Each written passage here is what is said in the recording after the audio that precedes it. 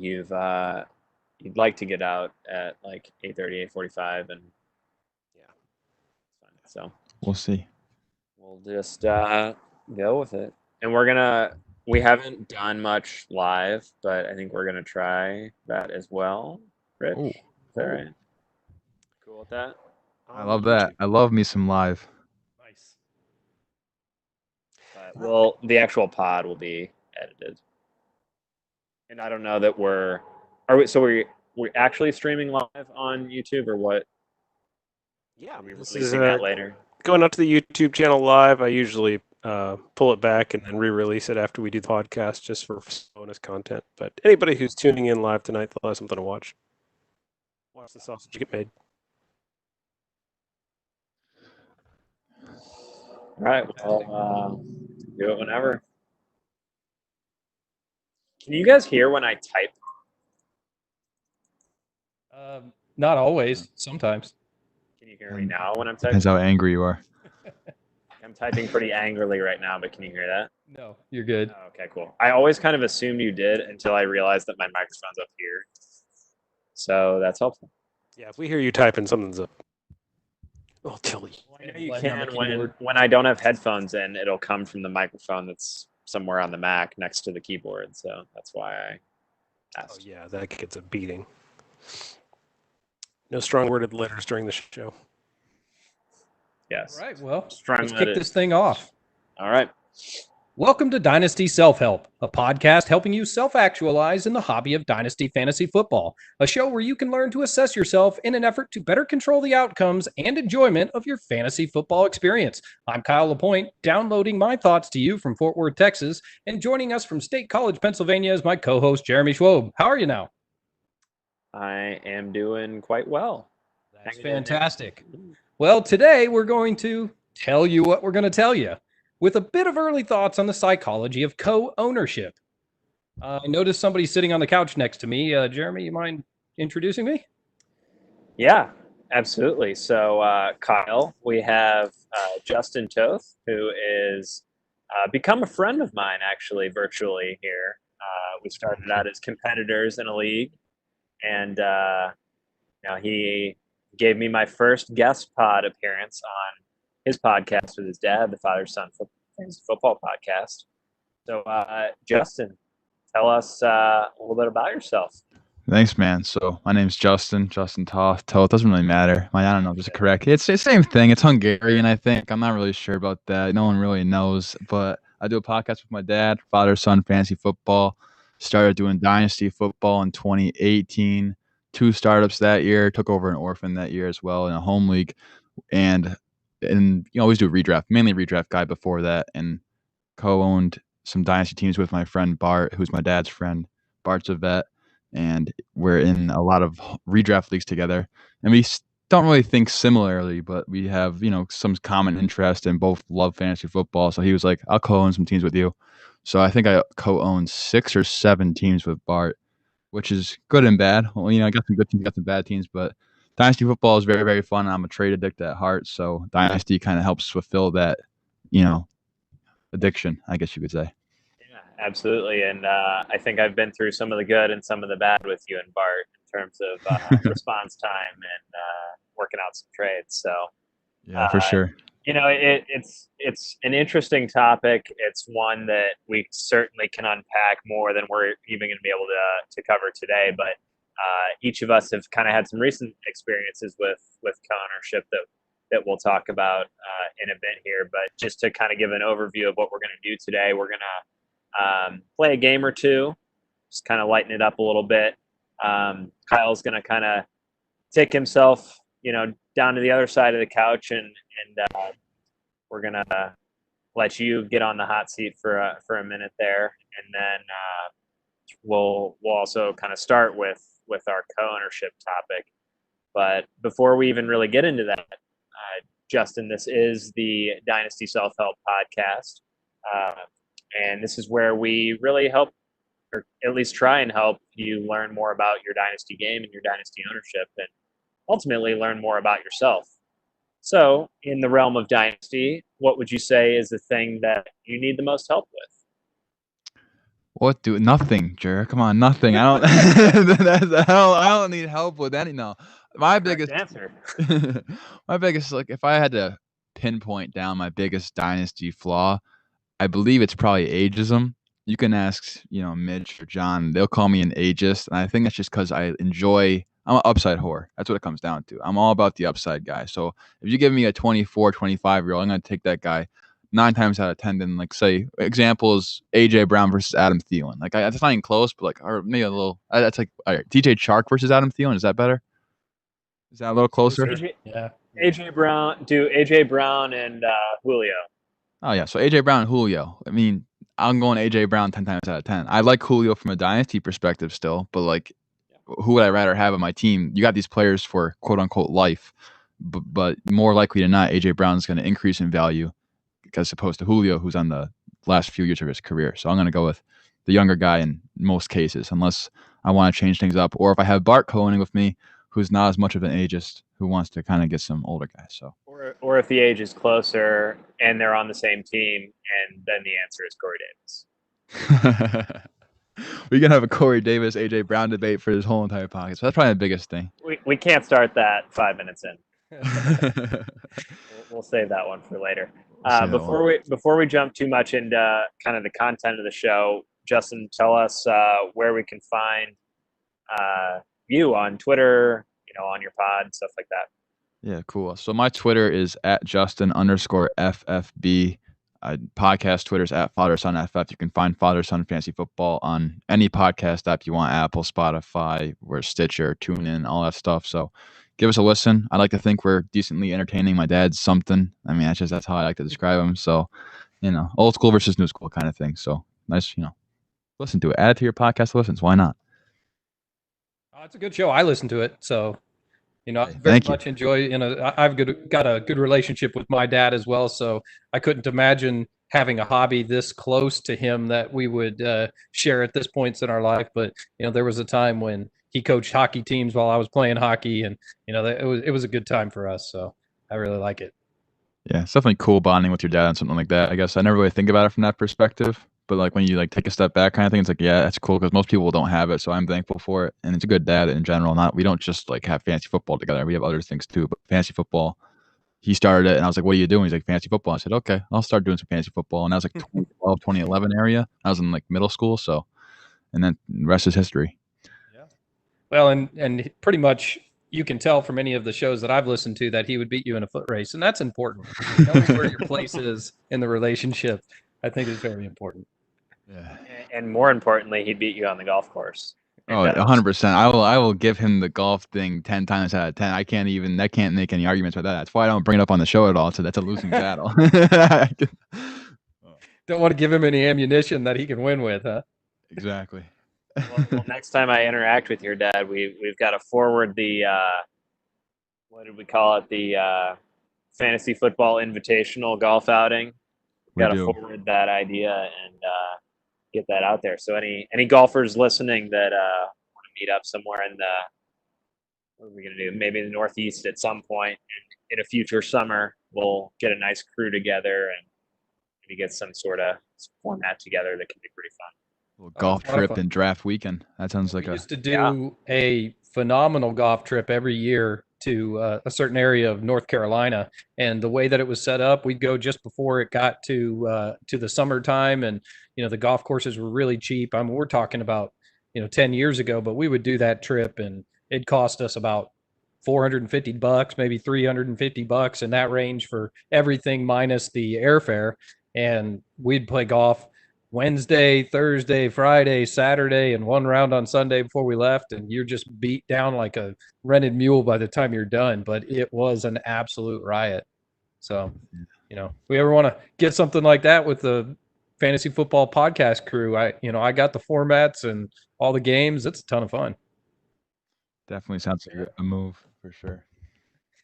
All right, well, why don't we jump right into our co-ownership topic? So I'm going to be writing, and I've outlined an article for DLF that'll be coming out, I don't know, maybe in the next month or so. I've got some other ones in the queue first, but really talking about the co-ownership process and the psychology behind it. And this is kind of deeper than I even thought originally, with just thinking of yourself on a co-owned team, and the dynamics of that with two people making decisions and talking things through. But then there's also the dynamic of interacting with other teams that have co-owners, and potentially multiple teams with co-owners, and got a lot of people to talk to, a lot of back and forth with maybe one of the two partners or both of them, that we can kind of dissect a little bit. But why don't we just start with any experiences that we've had that were kind of positive with some co-owned teams. And I'll just start with recently with both of you, actually, in the last 2-3 weeks. I started, I'm in a startup with Kyle on our kind of Clash of the Channels Dynasty League that we were invited to, that we talked about real briefly on our update show. And that was a fun kind of mesh of Kyle's process and mine, and see how that plays out. And actually currently, and probably at some point during this episode, Justin and I will be on the clock in the, what are we in, the 11th round of our startup, something like that. Yeah, something like that. So you probably got Gibson like 5 rounds ago then? Well, if anyone's listening on our live feed, hopefully nobody in our league is, because that's our next target coming up here. But we'll talk a little bit more about that team, shortly. But let's just get some kind of general takes on co-ownership and what advantages there are to doing that. You want me to start with that, or you want to? Yeah, throw something out there.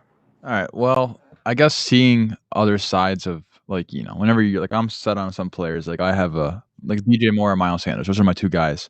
So I would take them. I don't care. Like, any first round's fine for me for either of them, the guys. But other people like Jer, not so high on DJ Moore, you're like, you don't gotta take him right here. We can do that. So it kind of gives you another perspective to look at, and you can balance the other side of the story thing and make a more, I guess, educated decision, or a more like sound perspective. That way you're not like missing anything with any of these players you're kind of targeting. So it helps like broaden your horizons, as well as like center in on certain things. That's my view. Yeah, I would call that kind of balancing, keeping you in check when you need it. And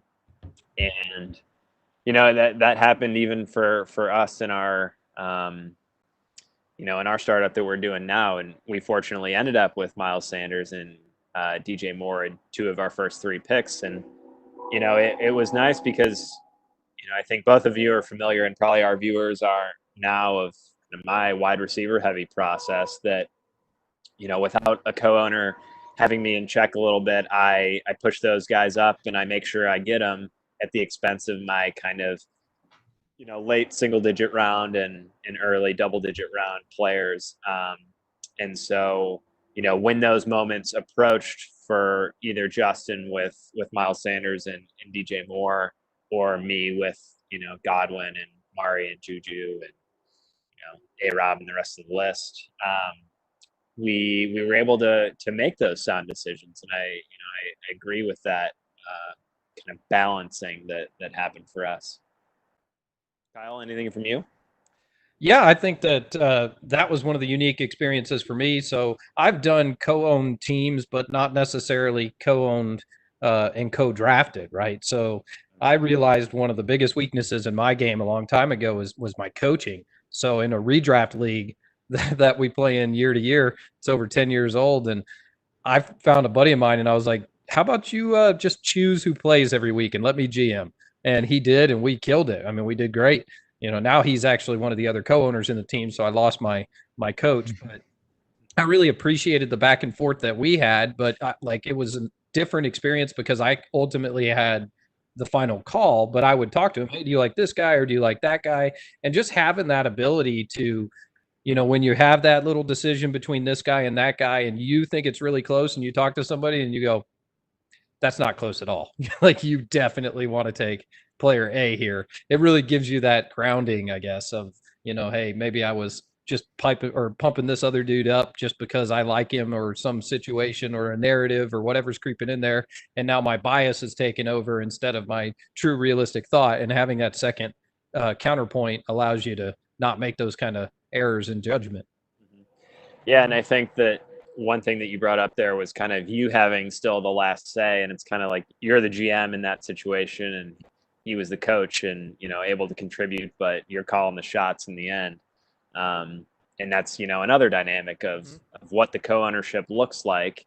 And I think even the timing of the co-ownership being established, whether it be before or during the startup, and then or just later on, just to help kind of manage the team on a day-to-day basis. I've seen both. I've only been a part of ones that we've started in the startup, but that's another dynamic. So I got a question for you, Justin. When you were co-owning here with Jeremy, I'm sure it's round 11, so you've probably made about 42 trade offers by now. Are you more heavy into the trading, or is Jeremy taking over the trading in this one? I think at our max, we had about 27 out waiting. 27 out. Well, see, this is another thing. So whenever I come with Bart, I'm usually doing all of the movements and semantics of like the trading and all that stuff. So I'm sending out mass offers. So with Jared, I'm just like, someone else is also active as me. I'm just going to take a step back and have him send out most of them. But I'm okay with all the trading and stuff like that. Like I love trading in startups and getting your guys moving up, moving back. And I think we've done a very, very good job at optimizing our team from the looks at it so far. And I think the other kind of interesting tidbit about this league is that while Justin mentioned he's usually, co-owning with Bart actually has a different team with his dad, Paul. And so we have some kind of inside intel into some of their, their processes and the kind of trades that Bart likes. And he likes those late round boosts, just like Kyle does, actually, from, boosting from a 28 to a 24 and those sorts of moves that we're happy to go kind of stars and scrubs on our squad, just to secure the guys we want. But yeah, it's really interesting to just have all these different ways to co-own. And I'll add a couple other things. I think that I alluded to meshing of processes, and so with Kyle and I, we Kyle's very kind of by his spreadsheets that he creates, and I do things a little bit more psychologically, a little more feeling based, while still caring a lot about kind of the metrics and things like that, but just being aware of what I'm biased toward. And I think Kyle has become more and more kind of aligned with that, which is where we kind of meet in the middle. But I only ended up with maybe 4 of my guys, Kyle, my main wide receiver. Yeah, my pet cats that are littering my apartment. And I think that that's going to be interesting to see how it plays out for us. And yet we were still kind of, while I wasn't maybe getting some of the guys that I typically get, the guys that I was getting that you would push forward were still kind of aligned with what my process would kind of allow. Yeah, we found you talk about, you mentioned name earlier, DJ Chark was not necessarily one that was high on Jeremy's list, but we had some players targeted and we got DJ Chark, and I was very happy about it because I got DJ on virtually every team. And then I got the 2020 DJ Chark late in the draft, and that is Jalen Hurd. And so I was also very happy about that. As we bantered back and forth between J-Jaw and Jalen Hurd. And, of course, we're on our 23rd of 24 picks. So, I mean, we had a really stout team at that point. Then, but, and now we're trying to figure out, Kyle wants a first rounder for him. And yeah, somebody's hurt. Let's get Josh Kelly or, let's get somebody that can help us. But, yeah, it's interesting the philosophies colliding. Do you see that frequently, Justin, with Bart and your dad? Oh yeah, all the time. I think a lot differently than Bart. Yeah. Bart's he's got his own process and he has his own brand of guys. Like Bart's a big Mike Evans guy, big Derrick Henry guy, and I don't know how to describe the type. Just in my opinion. Does Bart know that he's the wide receiver too on the Tampa Bay Buccaneers? No, but see, that's the thing. So we had Mike Evans. We had Mike Evans and Godwin on the same team, and I was telling him we should move Mike Evans because Godwin's going to blow up this year. He's like, no, I'm not sold on Godwin. I said, Bart, you're going to regret saying that. We traded away Godwin for a good price. We get basically Drew Brees in the deal like this before, and honestly, now it looks like crap. But then all of a sudden after his year, I'm like, see what happened? He's like, no, Mike Evans still had 1,000. I'm like, okay, Bart, you just stuck in your take clock with Mike Evans, It's like, but yeah, justifying.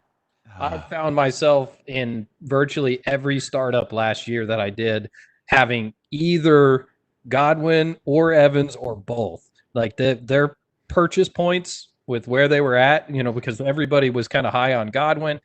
But he still wasn't high enough. I could get him in the 7th round, 6th round, if I just had to push for it a little bit, And with Evans, it was like he was almost always the forgotten receiver falling to the 3rd or 4th round. And it wasn't like I targeted Evans, but shoot, you give me him in the 3rd or 4th round, I'll take it any day. Exactly. Yeah, Evans has value if he falls, but like I'm not gonna go out of my way to get Evans where Bart thinks Evans is still a top 5 dynasty wide receiver. I'm like, okay. Living in 2018 when there was like a Twitter trade when he blew up with Jameis, and there was some Twitter trade where like somebody traded 10 first-round picks in the future for Evans or something like that. I don't know if anybody remembers, but Sheesh. it was wild.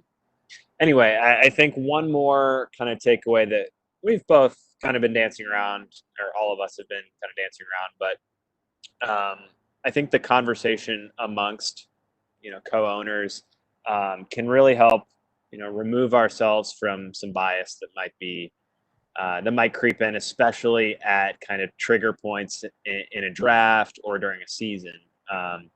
We were Justin and I were targeting TJ Hawkinson last night, and we decided that we wanted to try and trade back because of some of our earlier moves up, just to ensure that we got one of our old men quarterbacks, or got another running back behind Miles Sanders, and we traded back about, I don't know, maybe 9 slots or so, thinking that it doesn't still guarantee us Hawkinson, but that we were still hoping he'd fall, and he made it to the pick right before us and got taken.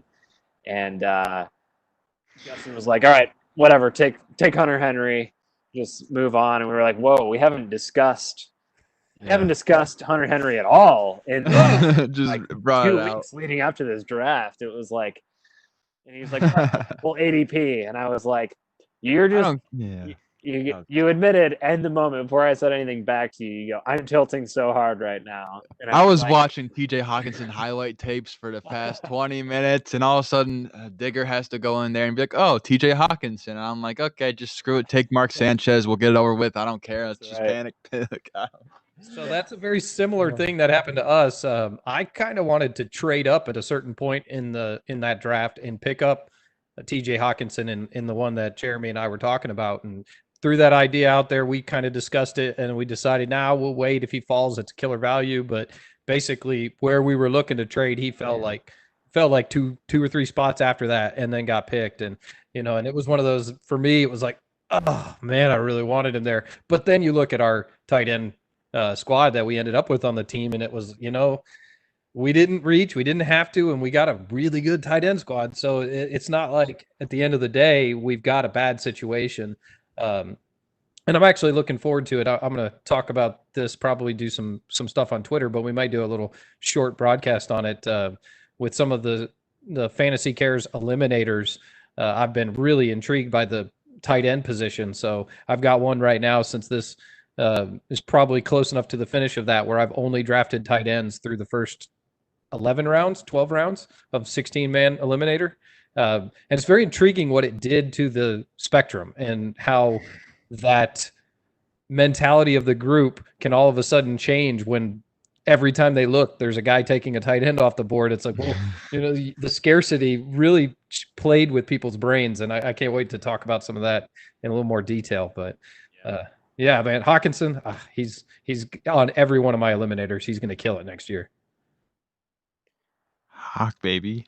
Nothing bad about baby Gronk. Oh. Justin and I had an interesting Darren Waller versus Hawk conversation for probably too long.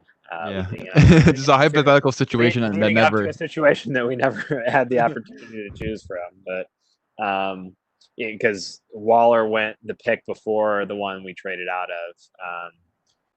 But anyway, we don't want to talk too much about our specific teams, more so about the things we're kind of learning from these co-ownership situations, and we'll return to the disadvantages a little bit later. But I want to jump to a game just to switch things up a little bit.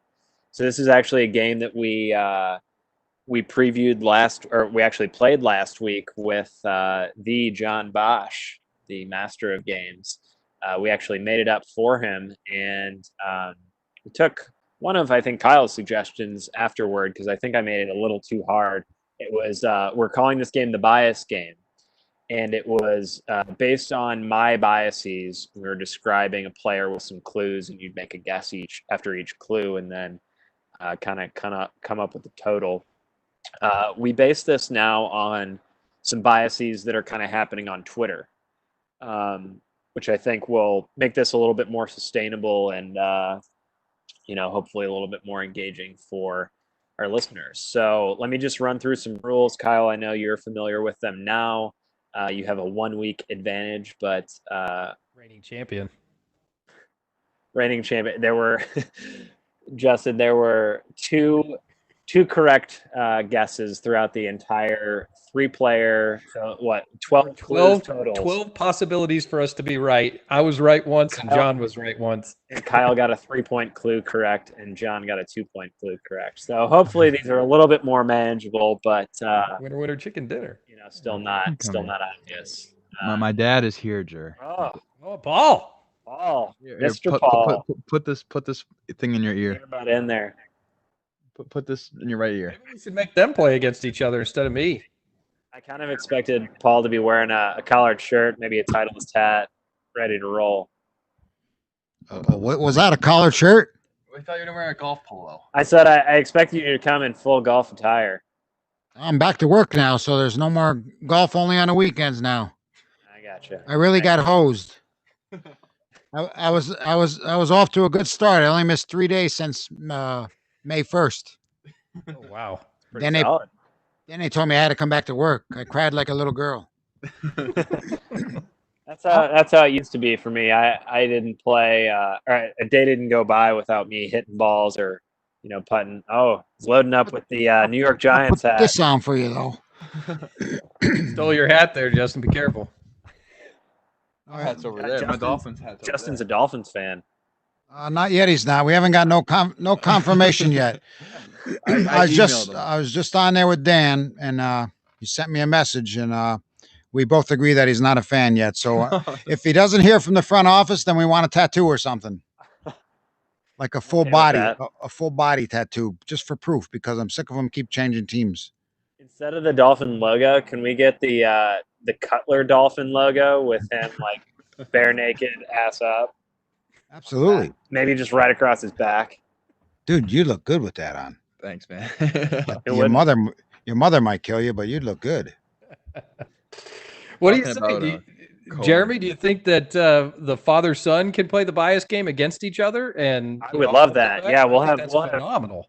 We'll have 3 participants here. So Paul, I haven't gone through the rules quite yet, and it's good to meet you on camera for the first time. Yes, same here. The one time I joined your pod, you were absent when we were talking combine. I know that's not necessarily your forte, but I'm getting better. I'm getting better at the all around stuff. So I don't want to shortchange you. We're good. I mean, we're getting good. We're all right. You see our roster?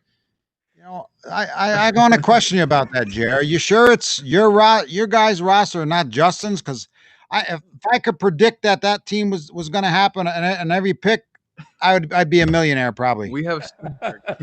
So I'm not sure if he's letting you give any input in there. Oh, absolutely. So Paul, this episode for the most part is actually about co-ownership and dissecting the psychology behind it. And I know you've probably had some experience with that as well, but Justin and I really have more of an aligned process than everybody thinks. That's a good team. That's a good team. What you guys are It's doing a there. great team. You take a little chance on quarterback and stuff, but I an mean, unstoppable team. I don't know about that. You're going to have to get a little bit more help, but your wide receivers are phenomenal. No, all of them. disgusting. Disgusting. Your two tight ends are pretty decent. But the mustache man, I mean, we had a guy in a pod last week. A bold prediction was that he would finish top 10 this year. Oh man, Highly possible.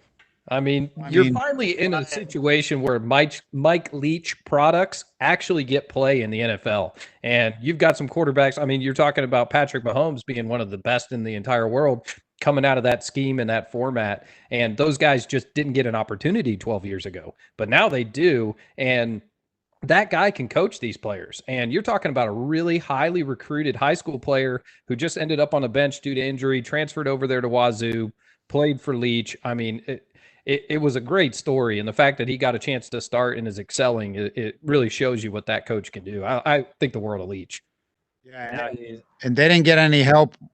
They believe in him because they didn't get any quarterback help like everyone thought.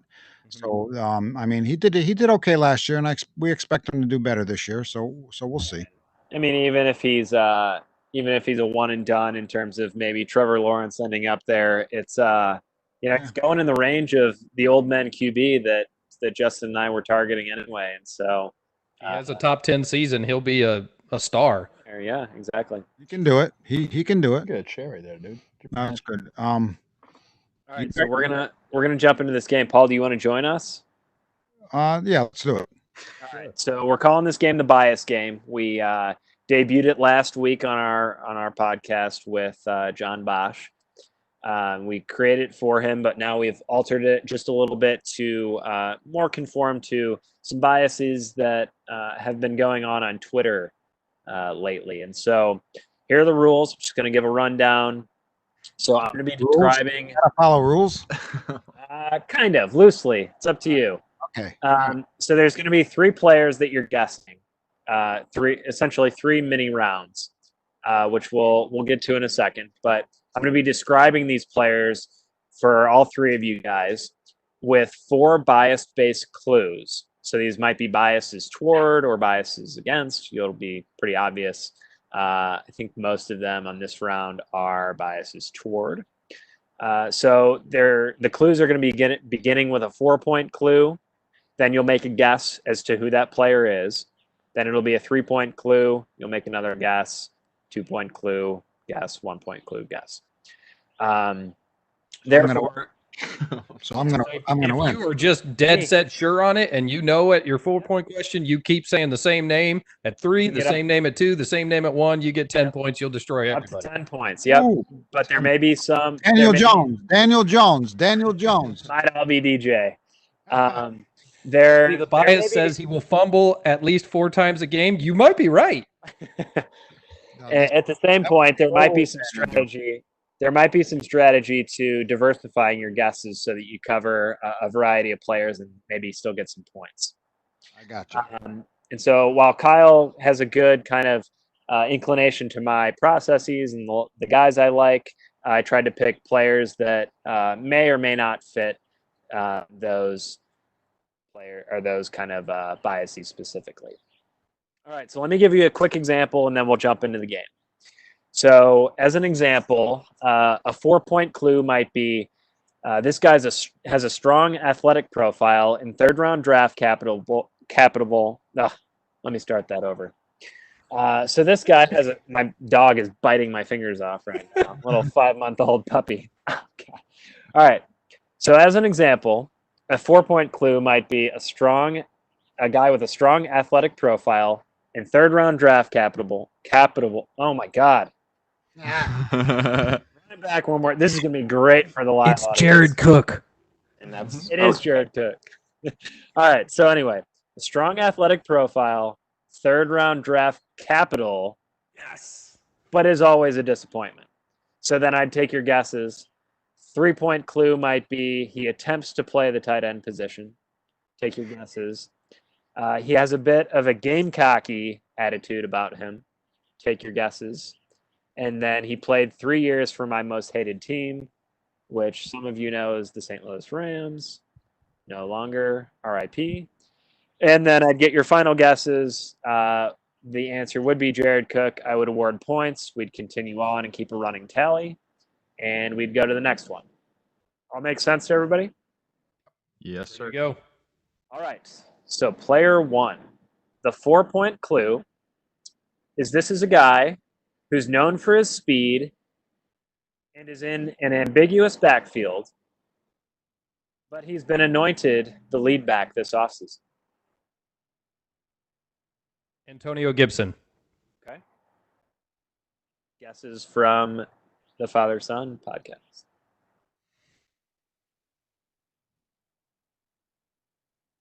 Are we together?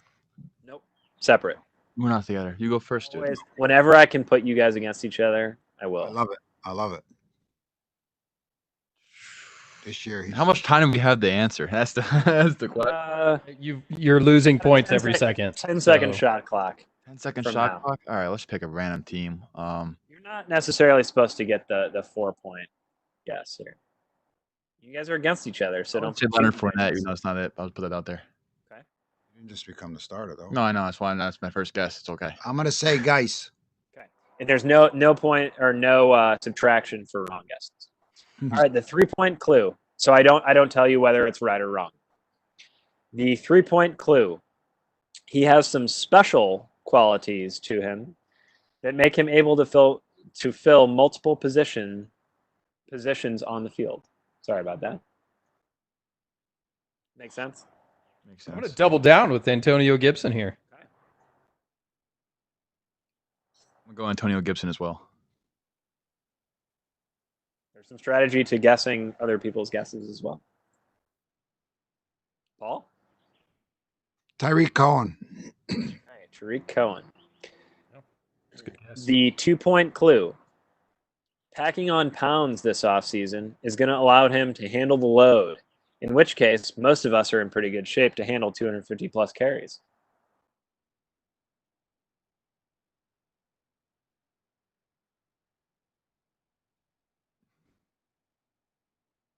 James Conner. Like what? Okay. He's a receiver. Kyle, Paul? I'm going to swap it up. I'm going to go Matt Breida. Come on, dude. Who gained weight? Which one gained weight? You gain weight. A lot of them gained weight. I didn't gain weight. I lost weight. Paul's the only one thinking right. He's thinking about the weight gainers this offseason. I'm gonna say Le'Veon Bell. Okay. The final and 1-point clue. Okay. Based on his playoff performance last year, he is a must-start for Dynasty owners. Raheem Mostart. I'm gonna agree. Mozart. Yes, that's a Mostert. All right. The correct answer is Raheem Mostert. So everyone gets 1 point. There were some deceiving clues there at the beginning that Kyle fell into my trap of Antonio Gibson, especially since he knows that I love him. That's the fun part. It's bias, you know? It is. And it can apply to so many players, and we think we know better, but when you put that narrative out there, we really don't. Playoff one. That's why it's a 1-pointer, because none of them, Le'Veon Bell, none of them made the playoffs. No, good. I run through these again just real quickly. So guy known for his speed in an ambiguous backfield, anointed the lead back, has some special qualities. He plays special teams. Packing on pounds, he's been beefing up to handle the load. And must start, obviously. Must start. Evan Silva tweeted, I think yesterday, that he's a, quote, journeyman running back by committee back with a near non-existent receiving equity due for severe TD regression, whose stock is fueled almost entirely by recency bias. Good luck. So take that for what you will. All right, moving on to player 2. We all have 1 point. I'm waiting. We're in first. Everybody wins currently. Okay, so the 4-point clue. Despite being drafted a round later than 3 others on my depth chart, I'm receiving the most hype this offseason for my efficiency.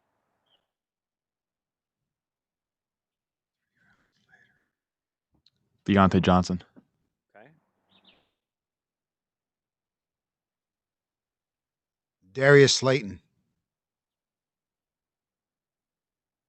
Tyler Lockett. All right. A 3-point clue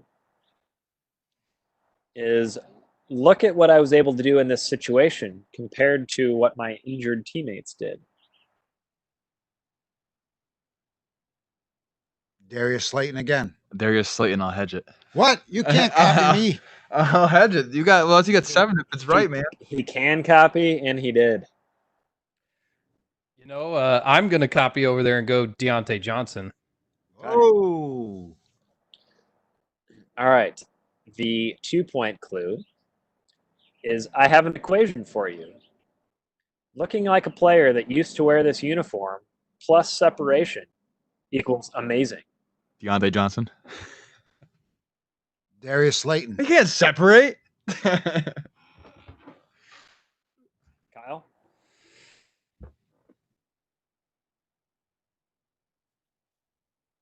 Jarvis Landry. Okay. The 1 point and final clue is my team is awesome at drafting wide receivers, so I have to be good. Deontay Johnson. Deontay Johnson. Let's go, baby. That's a 4-point snipe, dude. Nice Darius Slayton the first 2 times. That was good, man. So you got I'm going to stick with Slayton. Dude, he just said it was Deontay. All right. The correct answer is Deontay Johnson. So high five, man. all right. I knew that was the answer. I just wanted to be different. Is that No, 4 I plus love- 1? And I got 3? Or was that how many times did you get Deontay Johnson? Was that So Justin got 7 points that round. 7? You got him on the He 1, got the 3, and the 4, 4. the 4, the Nice. 2, and the 1. Okay. Yes, sir. Paul Leader was in the clubhouse. very strict to his Darius Slayton take. Well, I'm glad I jumped the Wearing shark his and Giants hat. moved over there and took Deontay Johnson, at least cut the gap. I mean, there's room for me to move on this one, but I'm going to have to. At least I With the convinced edge. you guys in the second round to pick my guy. Not me.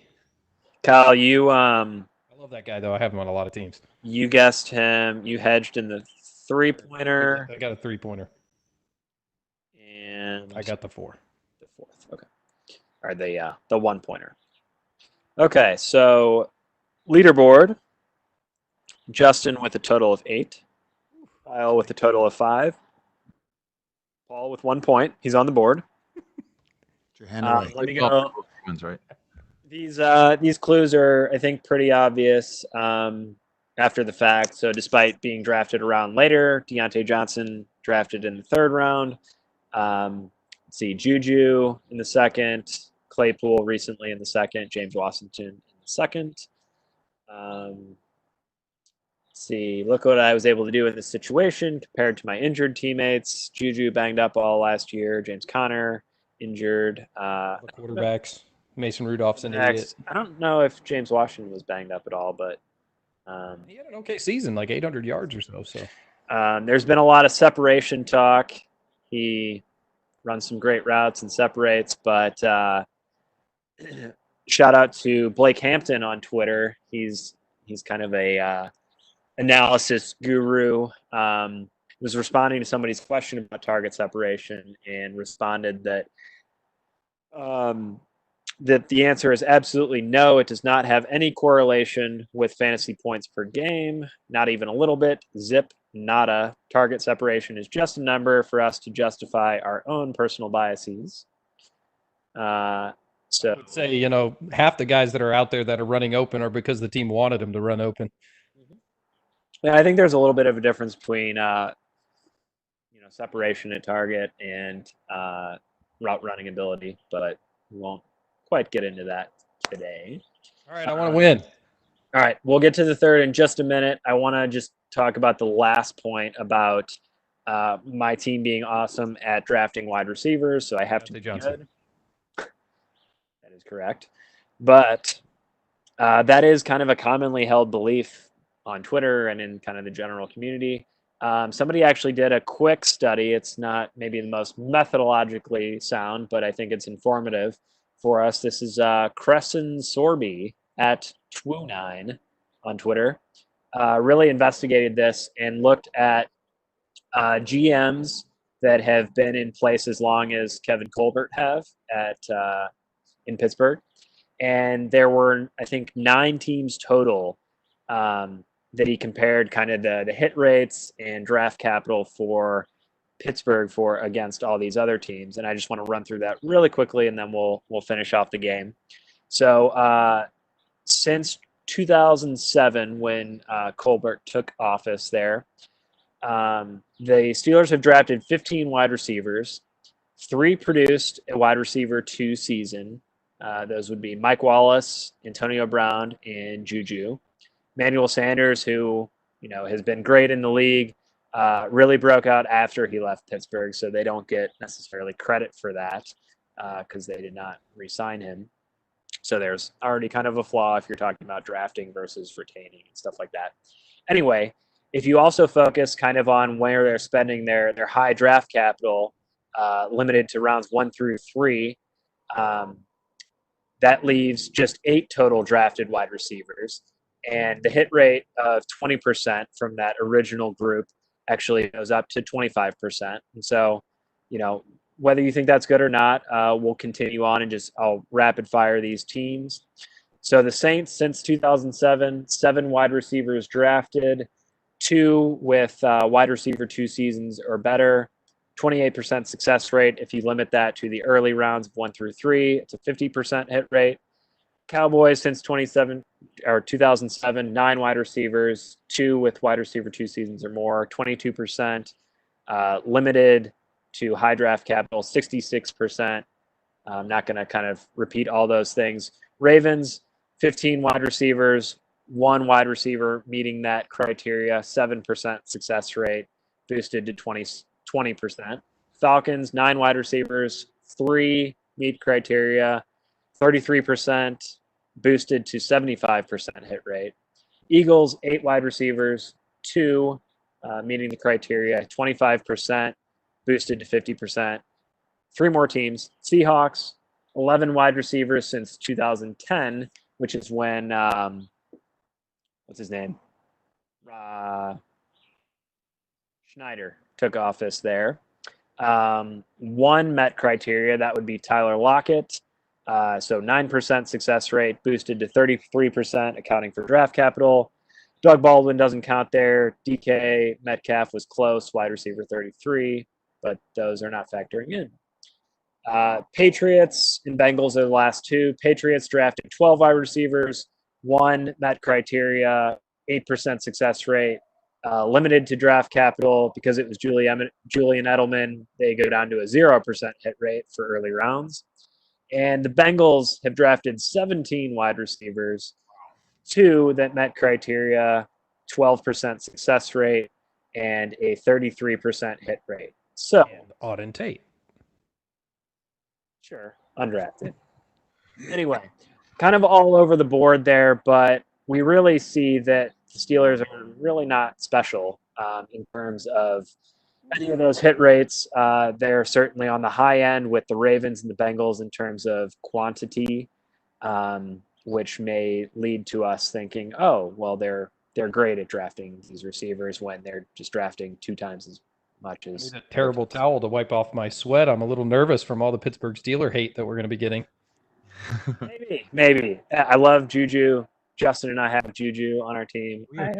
He's now become a Jer Brand wide receiver officially after being on 5 of my teams. Juju had a down year because he was injured, and no Big Ben. He had Mason Rudolph, who's a racist, and then Duck Hodges throwing in the ball. But Justin, Deontay Johnson can separate. Yeah, I heard he's a couple catches away from getting a Hall of Fame first ballot. So why don't we jump into our 3rd and final player? Just to recap of the standings: Justin with 8 points, Kyle with 5. Paul has some work to do with 1. Fortunately, there are 5 clues this round. The first ever 5 clue round. All right, I gotta get it right first try. All right. Someone on my current team was the offseason darling last year. Now, one of my current teammates is is the darling this year, but it's not me. So I'm guessing I'm going to let the leader go first. my guess. Can you repeat that? Yeah, sure. Someone on my current team was the offseason darling last year. Okay. And now one of my current teammates is this year's darling, but it's not me. So I'm guessing the guy who's not. So we'll go down the leaderboard. So it'll be Justin, Kyle, Paul.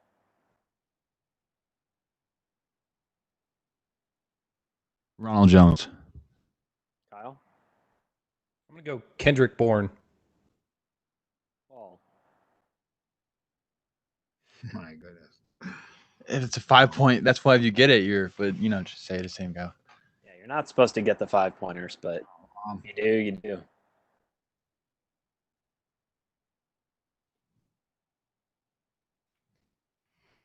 Michael Gallup. Michael Gallup. The 4-point clue. Despite not being a starter at my position last year, my new role on my new team has finally given me my awaited opportunity I deserve. Again.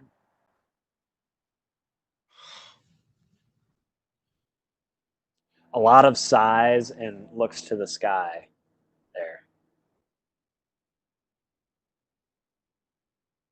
He's on a new team. Justin will lead us off. Hayden Hurst. Matt Breida. Jordan Howard. Okay. The 3-point clue. If you say that I'm better than the guy I'm replacing, you're probably going to get a ton of backlash on Twitter. Hayden Hurst. That's my guy. Kyle? That's a good guess, but if I'm going to win, I can't be jumping on to the Hayden Hurst stratagem there. So I'm going to go a little different. You know what? I'm going to go Rodney Anderson.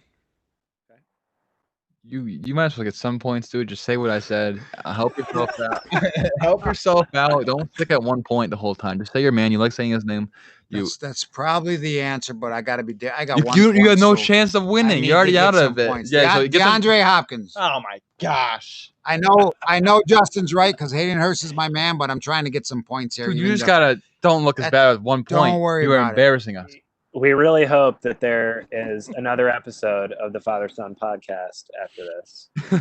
We may be And this done. is not the end of the I knew I should have came down. We're moving on to the 2-point clue. I was undefeated last year when I started. Undefeated.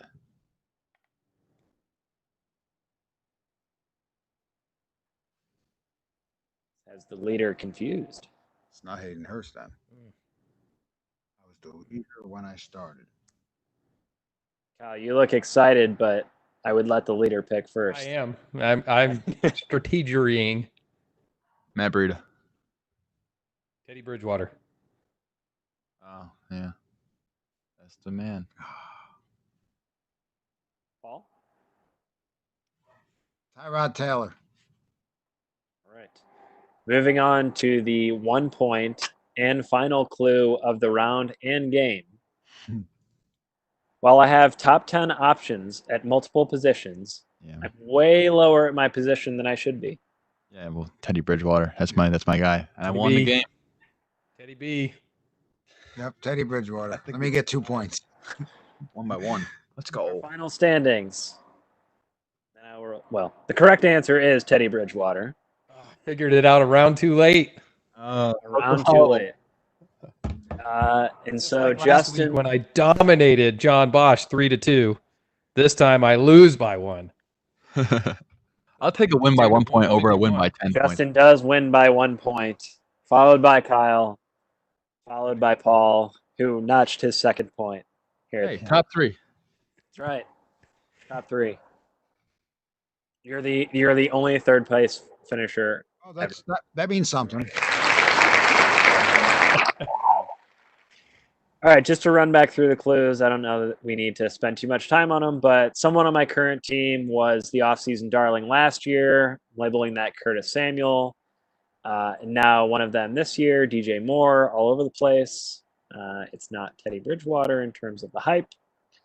Despite not being a starter at my position last year, sitting behind Drew Brees, I've finally gotten my opportunity again. If you say that I'm better essentially than Cam Newton, you're going to get some backlash. Teddy was 5-0 last year. And I was going to say top 5 options because I would say that in Dynasty, Christian McCaffrey, and I think you can certainly, if you're following Justin's rule book, you're going to end up with DJ Moore in that top 5, but I didn't want to be too obvious in case that was top 10. You can even roll in Ian Thomas. People like him a lot, so possibly. Yeah, I like him. Not sure he's top 10, but close enough. I mean, and when you're talking to the difference between... Well, Kyle, you see, he's still on the board in Justin and I's draft that's going on currently. Yeah, and I got to go pick him right now because I'm on the clock. My Bart's calling me, so I got to go, guys. You're not on the clock. You're almost on the clock. Go. Kyle and Jared, thank you very much. Paul, thanks for joining us. Right. Thanks for playing the game. We'll see you again some other time. Anytime. Thank you. Go Giants. Go Darius Slayton. This is a good time, as good a time as any, for me to slide on down to the other end of the couch so you can take my place on the hot cushion. So, Justin, are you ready? I'm ready. Fantastic. Okay, so today I'm going to discuss your fantasy football footprint and follow that up with some questions. Please keep in mind that I'm going to be very direct, to the point, and brutally honest. And the questions are not necessarily going to be easy. Is that good? That sounds awesome. Perfect. So before we get into the meat of this potato, I'd like to ask just a few things about you. All right. So what keeps your fantasy football experience from becoming stagnant or boring? Having Miles Sanders and DJ Moore. Woo! So doing the same thing over and over again. Getting players I like. That's what you guys do. That's the process. I love it. So whereabouts you live in this world? I live in upstate New York right now, but hopefully going to be going to PA school somewhere warmer. That's my goal. Wherever there gets you. Richard lives in downstate New York. Ooh. Downstater. He's in NYC. Ooh. All right, use that weather down south. Everybody's like, ooh. Ooh. Sorry for you, brother. So you started your podcast as redraft focused, but have added dynasty content. Are there any players that you are so in love with that you find yourself drafting in both seasonal and dynasty formats? Occasionally, if they're in a good situation this year. Like, for example, I like CeeDee Lamb a lot, but I won't be taking him in redraft leagues because there's no point to do that. But players like DJ Moore and Miles Sanders, I'm just going to keep going back to them. I love them in redraft as well this year. So draft them and get them in both. That's kind of the thing, right? Like, are there players like that translate? For me last year, it was Godwin, Derrick Henry, a few of those other guys that I was able to get because people just, it's Derrick Henry. He won't be that great, but you could snag him at the end of the third, early fourth. Exactly. Yeah, Calvin Ridley this year, I don't mind in Dynasty. The hype's getting out of control, but in redraft, he's going way too high, so I won't have any Calvin Ridley this year in redraft. He's already going early 4th round, I believe. So everybody loves him. I mean, Keenan, Amari, A-Rob, Sutton, Juju. Julio. Just all the Jared Brand wide receivers except Corey Davis. All right, so I'm a beer guy. Dynasty. Okay. What's your favorite brewery? So there's a local one near me called Artisanal, and that has some pretty interesting beers and some good ones as well. They have usually like every month they change their. I believe it's called. I'm trying to think of the name of it. It's something like a certain like name for IPA, and they'll change the number of it or something like that. They have 2 different things like that, but they have pretty good beer, and they just relocate it somewhere. I don't know yet where, but they're somewhere. Find them. All right. So the final introduction question: They will drink you. What is your favorite thing about fantasy basketball? Any fantasy basketball or fantasy football? I said final intro question. What is your favorite thing about fantasy basketball? Favorite thing about fantasy basketball? Just that's a great question. Honestly, it's got to be I like getting drunk with Coop and then giving him my wish to score 3 home runs in a single game for me. Okay. I'm a huge proponent of point per strike out. Point per strikeout. I like that. Those are my leagues. Yeah. So now it's time for the hard-hitting analysis and drama-laden questions. Are you ready? I'm ready. You grew up a Giants fan, but that was forced on you at birth. You later decided to move your fandom to Miami. Timothy Oliphant was forced to move out of Miami, even though he was considered his shooting of a criminal to be justified. Matt Breida is the running back with blazing 40 time and tremendous upside, but will be partnered with a consistently underrated true runner in Jordan Howard. Once Timothy Oliphant was relegated to working in his home county in Kentucky, he found himself running back into the arms of his old life. What is the name of the Kentucky running back that will score the most fantasy points in 2020? Lynn Bowden, baby. All right, the correct answer is Benny Snell. It would have been either Benny Snell or Lynn Bowden, depending on which one you answered. So that was impossible to get right. Apologize for that. All right, so I have spent many years of my life as an estimator in the construction industry. This is essentially legalized gambling. You simply develop cost basis, assess risk, and then take a stab at the price that gives you a suitable opportunity to make money. On the Father Son podcast, I often hear Paul being a shrewd estimator as he picks and chooses which are his best betting opportunities offered by Justin. Despite the thrill of always losing bets, Justin doesn't back down from his unfortunate opinions. To adjust bank cubic yards to loose cubic yards for the purpose of haul-off calculations during earthwork, you would need to know the swell factor. What is the condition characterized by the swelling of the thyroid gland due to iodine deficiency? Gout. Close. It's a goiter. Goiter. Dang it. Goiter. Yeah, you're really close there. That was closer than I thought you'd be. You know, give him a half a point, Rich. All right, so Done. All right, you have recently tried to do some rebranding to limit the quantity of F in letters in your name. Justin FSFF and at Paul SFSFF are no longer followed by FSFF, but rather now by FFB. The S seems to be completely lost in the new transition, leading to many to speculate if the son lost a bet and is no longer a namesake for the Father Fantasy Football Podcast. Maybe he was simply cast into some dynasty dungeon, never to be heard from again. In the 1993 movie classic Robin Hood, Robin Hood was aided in his escape by fellow inmate a Sneeze, using their strength of feet. A Sneeze then instructed Robin to find his son, whose name was what? Sheesh, I wasn't even alive. I'm not gonna get this right. Let's just say Geronimo. I'll just do a random name. Oh no, the hit movie Robin Hood Men in Tights. A Sneeze his son was named Achu. Oh, Achu, yes.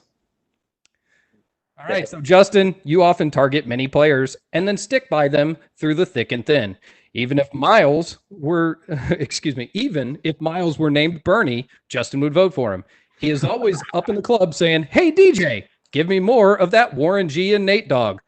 Rhaegar, you laters, mount up." One would even say that you are a Sutton for punishment, as you often try to unsuccessfully pry Cortland from Jeremy.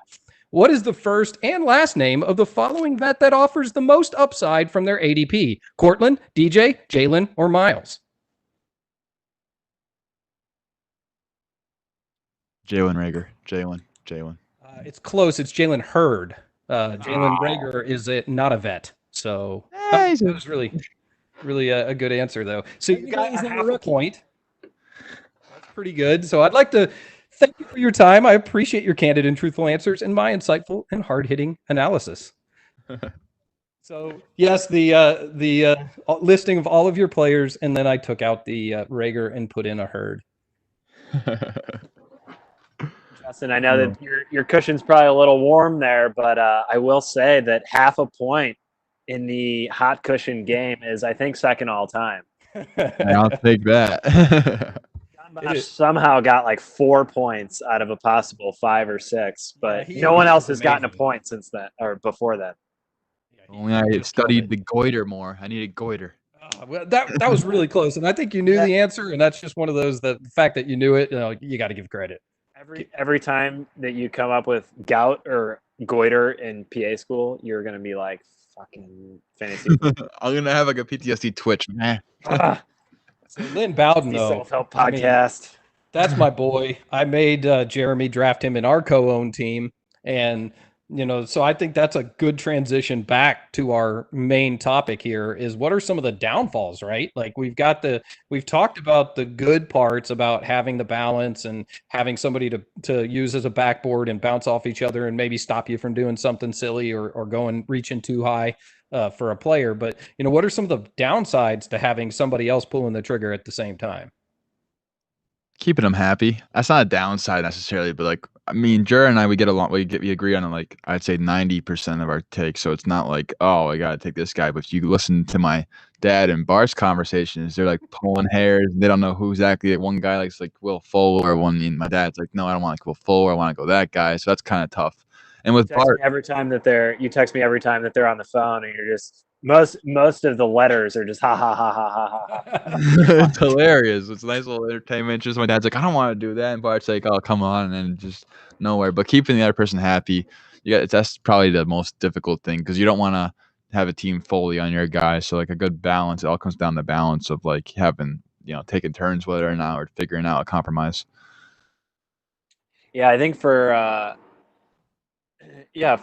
Kyle and I, and both for you and I, Justin, the keeping the other person happy has been something that I've really pushed myself to do because, I'm a rigorous Jer brand guy, and so it's difficult for me to even consider other guys. But I think the more, I think that unintentionally, Justin and I have started talking about players maybe like 2 rounds before, like here's the like 4 or 5 guys we're going to target, and maybe we'll add a couple in if 3 or 4 of those are gone. But it's helped me be open to kind of being flexible, being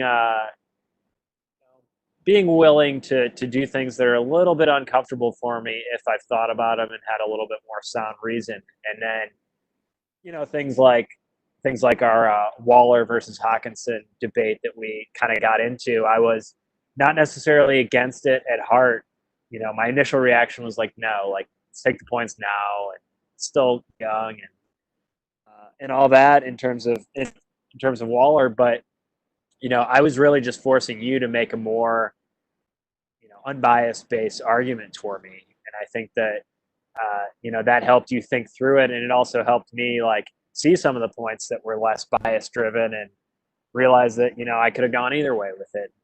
We didn't end up with either of them, but I think it was a good thought process for us. And Kyle, I think we've done similar things like that in our league. No, I think that some of the tougher discussions were definitely like we mentioned Antonio Gibson earlier, and I'm a button pusher. I like to tease, so of course first thing I do is I know it's one of Jeremy's favorite guys, so I just start talking trash on him and how terrible he is and shouldn't take him at all. And there's 77 touches in college.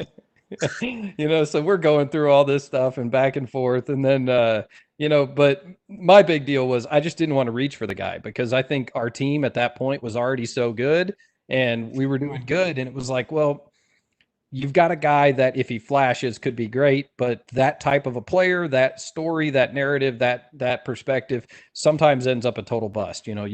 There's players like that. I mean, shoot, you look at a player from his team last year with Darrell Henderson. I mean, that guy was the head of that depth chart the year before, and now people are going, oh, Akers, yeah, he's a top 6 round guy. So, there's ability that, okay, cool, it's neat, but I'm just using that as an example. I think with me, I liked him, but I liked him at a certain point. And I think if Jeremy and I hadn't been talking back and forth, we probably would have taken him a round or 2 earlier, and we still got him. So that was a cool thing. But, it ends up being that disagreement, like, but I love him, dude. But like, if Hawkinson's here, we're taking Hawkinson. Like, I want Hawk, right? Let's do this. And premium. But anyway, Justin and I, we, you thought our Waller and Hawkinson debate was heated. You should have been a fly on the wall in our Antonio Gibson, Lynn Bowden, whatever it was. It was threw my phone down a couple times when I was talking to you. It was, you were using the because I hate kind of gadget wide receivers. Like, don't hate them, but I'm a little down from where I was on LaVisca. I love him as a guy, as a prospect, as a story. I love his intensity, his build. But I get a little worried about those guys that they're saying that they're going to use him out of the backfield. He doesn't run great routes and things like that. And Kyle used that against me. He's like, "Oh, I thought you didn't like gadget players." And I was like, "I don't like gadget players at receiver. I like my established receivers that can." What's his gadget players to line up behind the quarterback, not to the side of the quarterback? Come on. Because I'm also going zero, not even zero running back. I'm going anti-running back in all of my leagues. So, I go upside at that point. Get a couple stable guys like a DJ, maybe a Connor to eat some carries up, get me some RB2 production, and then shoot for the moon with some of those younger guys. Yeah. I think for me, in terms of disadvantages of co-ownership, and I haven't really experienced it yet with you two, it's more been, guys I've been playing against, maybe Bart and Justin together. Response time for trades. I'm a trader where somebody reaches out to me or I'm seeking out someone, I'm going to send multiple trade offers with multiple variations to try and get some sort of comment back, some sort of response, some sort of counter offer. I'm trying to get something done when I want to get it done. I like to kind of be in the moment because I've thought through why I want to do that. It's not so much that I see a Twitter blurb and I'm like, oh, I got to go trade for this guy. It's more so like, all right, I'm going to pick this specific point kind of, in the next couple of days or a couple of weeks from now when there might be some of that narrative out there to kind of target that and make the other guy feel like he has some options. So send him some, or if I have him on the line, I'm going to kind of work through some things. And so response time for trades, if I've got somebody like Justin on the hook and he's like, I'm in, I just got to talk to Bart. And then it's like either I wait a day to hear back from Bart or Bart's like, no, I don't really like it as much. It's like I did all that work for nothing. That's the frustrating point from interacting with co-owned teams. Yeah, it's also frustrating from my perspective as well because I like doing deals as well. Bart's a little bit more, I guess, not he'll do deals, but it's not going to be actively searching constantly like most people in Dynasty. And also, I'm over here 22 years old. I'm not as busy as Bart, who's a vet surgeon doing all these things. So he's not on his phone as much. And he has an Android phone. I mean, that's maybe part of it too. So the green text take forever to come through. And he's also above the age apex for technology use in phones. So that's just going to give him a slower response time and all that stuff.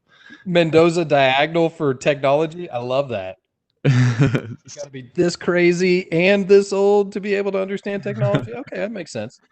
So that's one of the complicated things. But when I talk to him on the phone, it's easier to get things done. So you just got to know how to work with your co-owner and figure out what works best for both of you guys. So if I have a co-own team with one of my friends from college, texting's gonna be more of ease than say a phone call. Whereas so just communication, figuring out the best form of that for each other. Yeah, I think another thing for me is, we talked about kind of the advantage of a misaligned or an aligned process, or even differing processes that kind of you can find the common ground between them. If there's drastic misalignment with, how you want to handle trades or how you want to handle, players dropping corresponding to ADP and things like that, I don't care about that.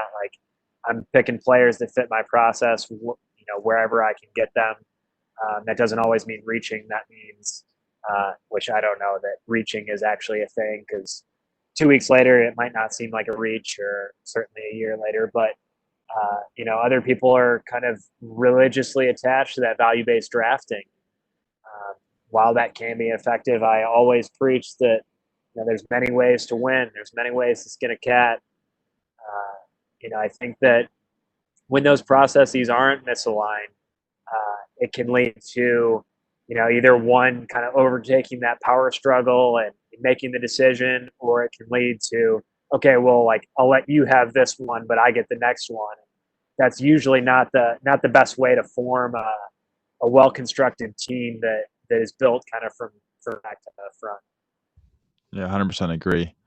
Is that, yeah, I don't know. We talked about that a little bit. I think at the first of ours, Jeremy was like, well, if you give me the first two, then I'll do. We kind of bantered around about that. But then when we really started to align our strategies, we didn't necessarily need to do that. But I'm telling you, like we have, like Jeremy and I in this other draft that we were mentioning before in the league that we're in separately and not co-owning, we both had very similar strategies. In fact, we started to put out a bunch of tweets after the draft and we're like, all right, which trade was better? Because we both traded out of the first round and we both traded a bunch of draft picks to get back in to different parts of the draft. My strategy is a little different. I like to build depth. So I tend to try to focus on a certain area of the draft that I feel like a lot of people will be devaluing. And if I get it early enough, I might be able to buy into that for cheap. And Jer's got an idea where he likes to have that third or fourth round pick. He likes to get those extra early round picks. And then he goes after these high profile wide receivers, which tend to fall in these drafts. So it's a great way to do it. And for me, it was like one of those, okay, well, it's not far off my strategy to shift over to his. We both want to get rid of these guys and build the depth. And in a 1 QB league like we were doing, it worked out okay. But I think if I were an owner that was risk averse, trading all of your draft picks in 2021, probably not something most people would do. So like that could have been an argument. But Jared was like, hey, I'm going to trade all our draft picks. Good. Like, yeah, sure. Why not? Like that was an easy conversation with me. But I could imagine with somebody like Bart that maybe wouldn't work out quite so easy, huh? That you just decide you're going to trade every draft pick for the next year. He'd probably squeam a little bit. Yeah, he's a big, so that's another thing too. You have different values of rookie picks, like you mentioned. So Bart loves his rookie picks. He doesn't want to move them at all. He likes to just gathering third and fourth rounders too, just to create adding what he calls value. That way he can use them in trades or just have a bunch of those assets to possibly move up. Where I'm like, I like rookie picks, but I'm not gonna. I'll move them in a heartbeat. Like in other leagues, I'll just move them. And in another league, I'll try to like mix it up. So I won't do the same thing in every single league with the rookie picks, but I'll move them. I'll have some more in one league just to have like the full range of outcomes. And like you said, there's different ways to skin a cat. So like I'll try, not having the same strategy in every single draft. Like this one with Jared, I have a wide receiver heavy team. I used to be a wide receiver, like, savant kind of person like that. But now I'm like more in running backs area. So I have a lot of running back heavy teams. I have wide receiver heavy teams. I have a balance of both. So I get the whole spectrum that way. I'm not like stuck to one way to do it. Yeah. For me, I have this system that I like to call scoring points is important. And so I try to build my teams to where you score the most points. You got to do that with an open mind, because if you just look at a league and you see it and you say, well, yeah, if I had these 2 quarterbacks and these 3 wide receivers and these 4 running backs, I would rule the league. But you know what? You can't get them all, but you might be able to get 3 of the 4 running backs and both quarterbacks and 1 of the receivers. And is that better than 2 of the quarterbacks and 2 of the receivers and only 1 of the running backs? So you kind of have to judge that kind of thing. And we'll actually be talking with Joe Pisapia in a while, and he's got his RPV, relative player value system, which basically does that. And it's really, similar to my process. So I'm looking forward to that. But that concept of being able to understand when you're in a draft, the ability to translate that is important, as draft don't necessarily go the same. You can be in a draft and have a plan to target all these wide receivers. I was shocked after the second round in ours that, man, a whole bunch of our targets went super early. Like Cortland Sutton went before, I forget who we were talking about, but Cortland Sutton going before Allen Robinson. I mean, like that was a big one for us. It was like, okay, I love me some Cortland. That's a good receiver, but Allen Robinson, I mean, like that, he's just a notch above. And the guy went, and it was just crazy to us. Yeah. It was funny. Justin was talking about why A-Rob's ranking on DLF is so low. And I was like, I haven't submitted my rankings. So I just joined the team there. But when he gets his like wide receiver 5 ranking, that'll give a nice boost to him to get back in there. 15 for sure. Yeah. For sure. Yeah, sorry for stepping away there, you know, the old dog ate my homework adage. He dog ate my beer lunch box there for a minute and was ripping it apart and walking across the room with it. And I had to get little Monty under control. And now he's got a bone on the ground next to me. So He's chilling. There you go. he is. He's good to go. He's teething right now. So he's getting after it. Yeah, I had a dog that he was huge. Richard knew him well, but Tugger, that dog would just destroy things when you didn't give him enough energy release. The dog was like 18 hours a day, full play. Like there's no way you can keep up with a dog like that, and he's 100 pounds. But I went and bought like a electric can opener. I just remember this as such a thing in my life. Brand new electric can opener. $12. Like, we're not talking a big thing.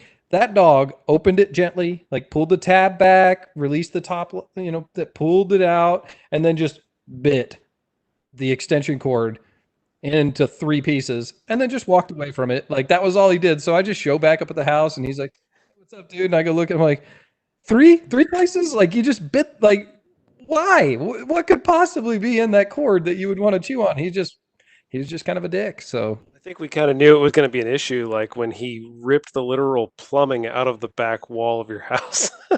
He found a garden hose and just kept pulling until the house almost came down. That was awesome. Wow. ripped the hose bib out of the bricks. So like you couldn't even just replace the hose bib. You had to chip away at the bricks to be able to replace the copper line. He was a strong dog. What can you expect when you name him Tugger? He was.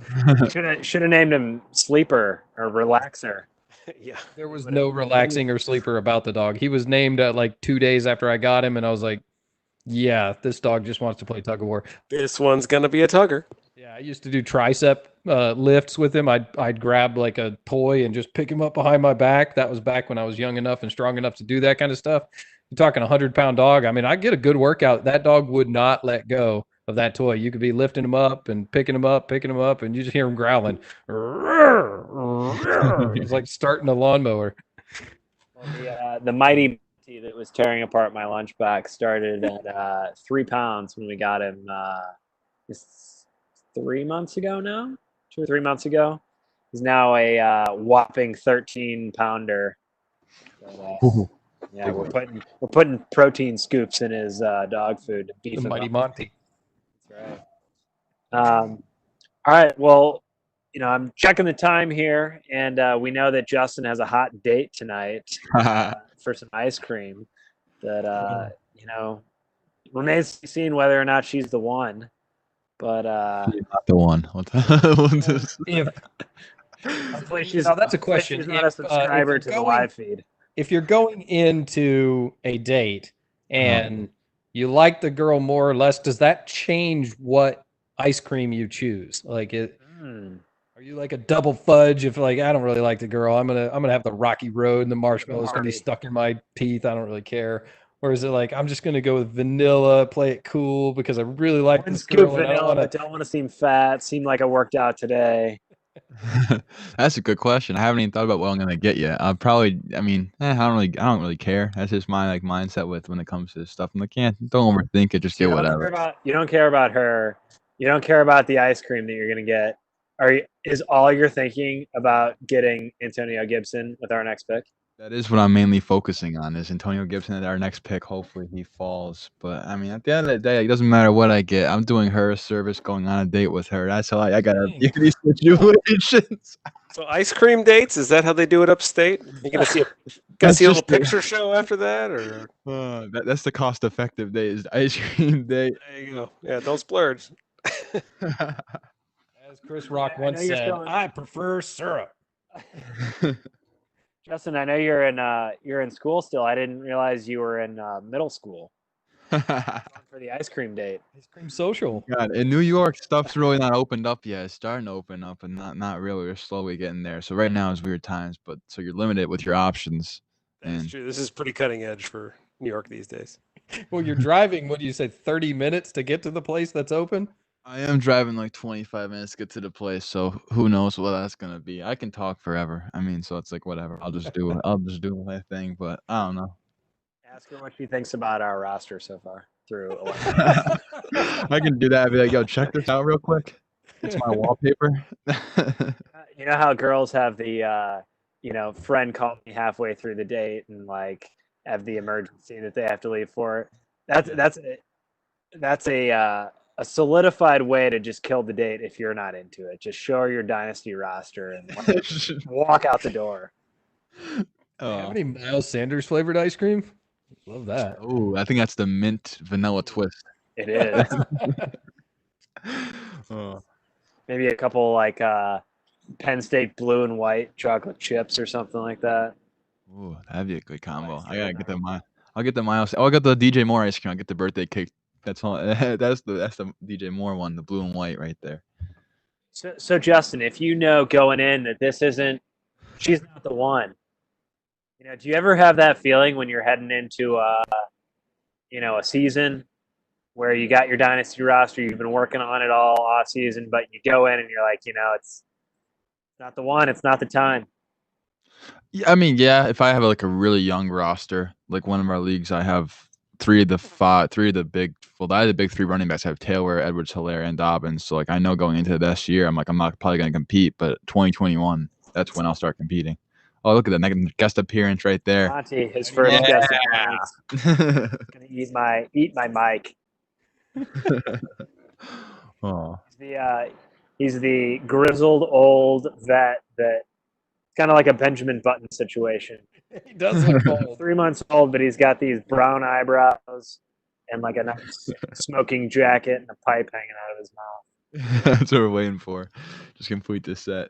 Oh. He loves looking at screens. He'll watch TV at us, so he'll probably be an active participant in the remainder of the show. Get him to subscribe. Right. So subscribe, I know with somebody who likes to trade a lot, you probably end up with some situations that you don't like as much. Jeremy, do you want to run a little bit of a post-traumatic trade disorder situation here and maybe see if there's something you can help Justin with? Yeah, we'll do a little screener here and see if there's anything going on underneath. So this PTTD, which I'm going to have an article coming out about, is kind of we're looking at the lingering psychological effects of a dynasty trade. Watch after the fact. So Justin, I'm going to ask you to lean back on the couch and go to your psychological depths to see if I love the reclining there. You really did it. It's awesome. Go down into the psychological depths and see if there may be some stuff there that is impacting your dynasty game. So I'm going to read you a couple prompts here, and then we'll proceed accordingly. So sometimes trades or decisions happen to dynasty owners that are extremely upsetting.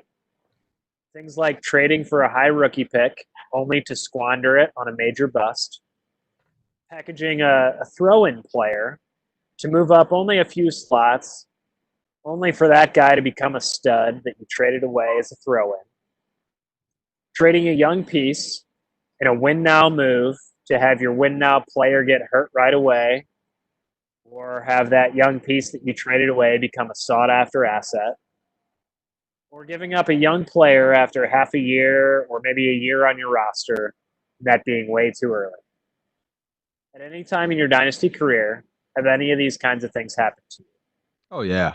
The biggest thing was in QB option, our league, when I wanted one Dante Pettis share, and that's all I should say. It's over right there. Well, you got it, I'm guessing. Well, we'd like to know a little bit more about the nature of the trade and maybe other pieces that were involved.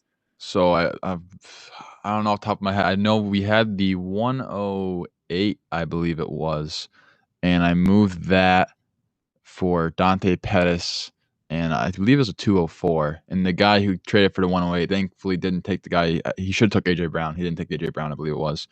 But he took Noah Fant. So I was like, okay, I'm okay with the trade, basically move Noah Fant plus for Dante Pettis. Unfortunately, Dante Pettis is non-tight end premium. Yeah, non-tight end premium. And unfortunately, Dante Pettis is just not good at football. But I had my one share. He's good at football. I just think he lacks at life skills because his team hates him. I mean, when he's out there and they throw it to him, he does fine, but they just won't let him play football because he must Not be against just the a Browns. jerk. The Browns, this dude could not catch a pass. I remember watching that Monday Night Football game, and I just saw him drop 2. He should have had a touchdown, one of them. I don't know, but definitely something going on off the field as well with him, based on reports and stuff like that, and what the team is doing. I would expect that if his personality is the issue, that he's not going to make up much ground on these Zoom calls over the summer. Probably. Who did you end up taking at the 204? I got to know that. J.J. Arcega-Whiteside, which we moved that one really hurts. You're like, hey, just give me a double whammy of awful wide receivers. We moved it to Jeremy for Mixon in a deal, I believe it was. Nice. So, well done. That was probably the last piece of my step down, my value step down. So I started with Mahomes, who I had drafted in a startup is maybe a rookie year. Fat Mahomes. Ever heard of him? Nope, never heard of him. Anyway, drafted him before, not because I scouted him and he was the next thing, but kind of got lucky on the pick. I don't know where I took him in the startup, but I'm big for cashing out when guys are at their highest quote unquote value, because I have issues with that, as everyone knows. So I think the first trade with him was I traded Mahomes and like Deshaun Hamilton in a third, and got Mixon, Evans, and Rosen when Rosen was still alive and breathing. This is right after leading into last season. Right. And then I cashed out on Evans and moved Evans into Godwin and something that I can't really remember offhand. Good move. And then I cashed out on Mixon. When did I trade you guys Mixon? Last offseason still? No, it was 2 off seasons ago. I was on the boardwalk. I was on the new. This is all Wildwood. That's when that was. That was July, I think. Yeah, so I traded Mixon, I think, for Galladay, Arcega-Whiteside, and Hawkinson. And then I moved Hawkinson in season for Trubisky, which doesn't look good, but led me to a title. Trubisky put up a big game in the fantasy playoffs with my Derek Carr and my Jared Brand wide receivers that Rich, did you won the title? So. Oh my God, that is awful clip. We used to do the other podcast. Hey, it's a non-tight end premium league. My only starter was Derek Carr because of my process. And it worked out all right for me. I got a half season out of a guy that produced in the fantasy playoffs, and I needed him, and I beat our boy Jared Linden in the finals. That almost had me shitting on, I don't know, Christmas, I think. Yeah, I think Christmas, one of the Christmas Eve night or something. Aaron Jones, I had like a 10-point advantage with like, we're in the fourth quarter and Packers are playing somebody, and just bolts off this like 50-yard touchdown run. I was like, are you kidding me? Am I going to lose after this advantage? And then I ended up all right. I won by like 0.4 points in the fantasy championship with Trubisky and Carr leading me to the title. But that's the epitome of my process, but probably not incredibly sustainable. So I'm not a psychopath and not going in with those guys next year. I had picked up I traded Curtis Samuel for Big Ben mid-season, and picked up Dak this offseason. So I'm ready to retain and dominate Justin yet again. Can't get lucky in that league, Bart and I. We have Barkley last year being injured and Mixon having the Mixon thing last year, but this year we'll see what we can do. We'll be in the playoffs this year, I'm pretty sure. You have Rodney Anderson and Trevion Williams and old man Rivers that's running behind him as well. You got balance. You got balance. Whichever old running backs that you can find there that may potentially play for Cincinnati if the holdout situation. Yeah, I do have them secured, I believe. Yeah.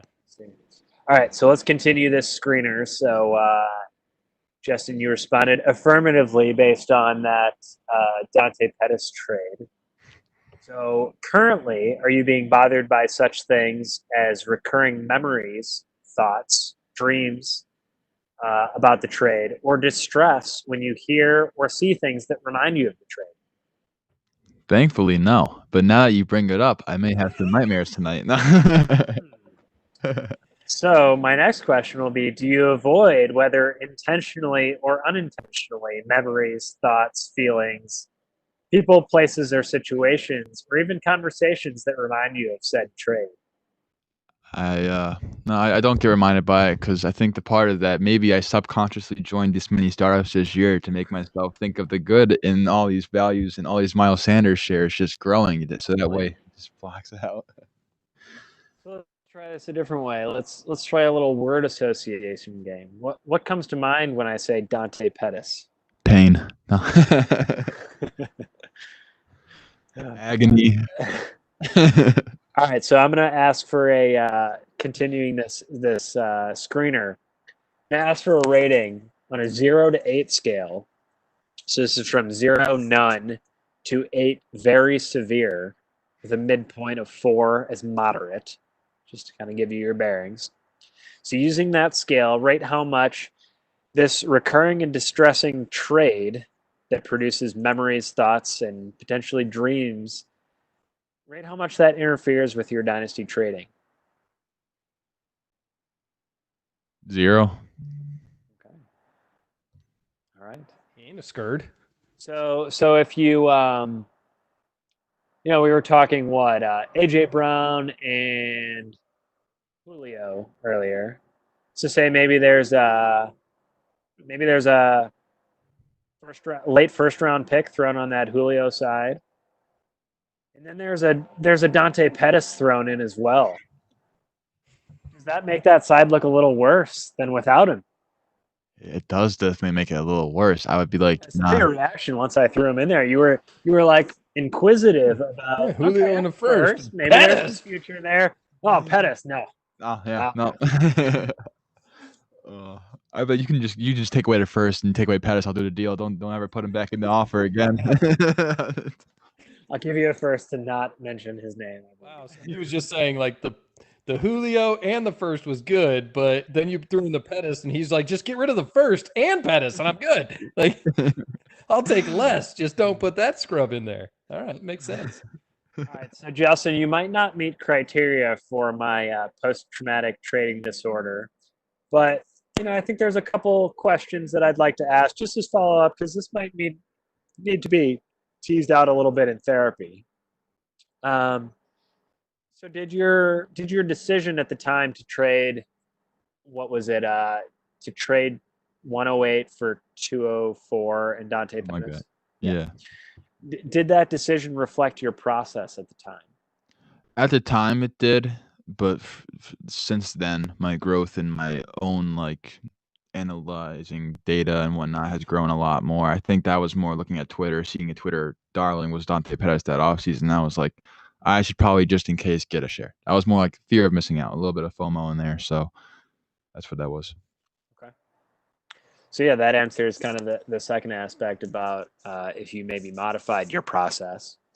So your current process, where it stands now, what would it say about that trade? So hindsight, obviously, we know the outcome, but looking at kind of where Dante Pettis was at that point and where the picks are at players slotted in there, what might you say about it?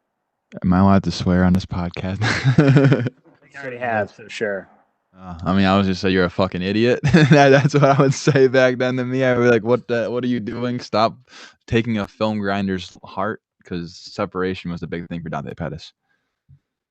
And as we, I like a lot of the analytics, and I follow some film guys, and I was big on Pettis last year, but it was one of those like, I got one share because I wasn't really willing to pay to get him all that, like what the hype was, but I liked him. And then all of a sudden that hype grew and grew and grew.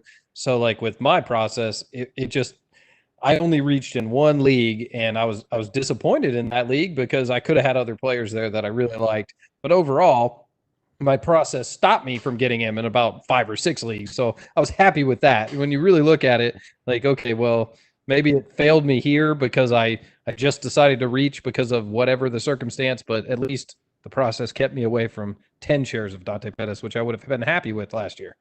Yeah. Everybody's got to get their piece of the next Keenan Allen, right? All right, so Justin, it doesn't appear that based on your self-report rating that there's a ton impacting you, but there still seem to be a little bit of underlying feelings there. What do you think you need to resolve these feelings?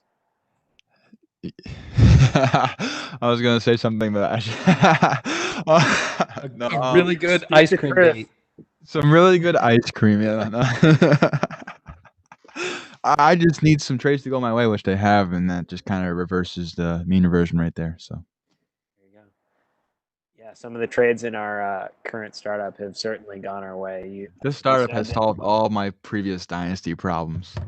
what it is. Join a team with me. Join a team with a psychologist, and then you're fine.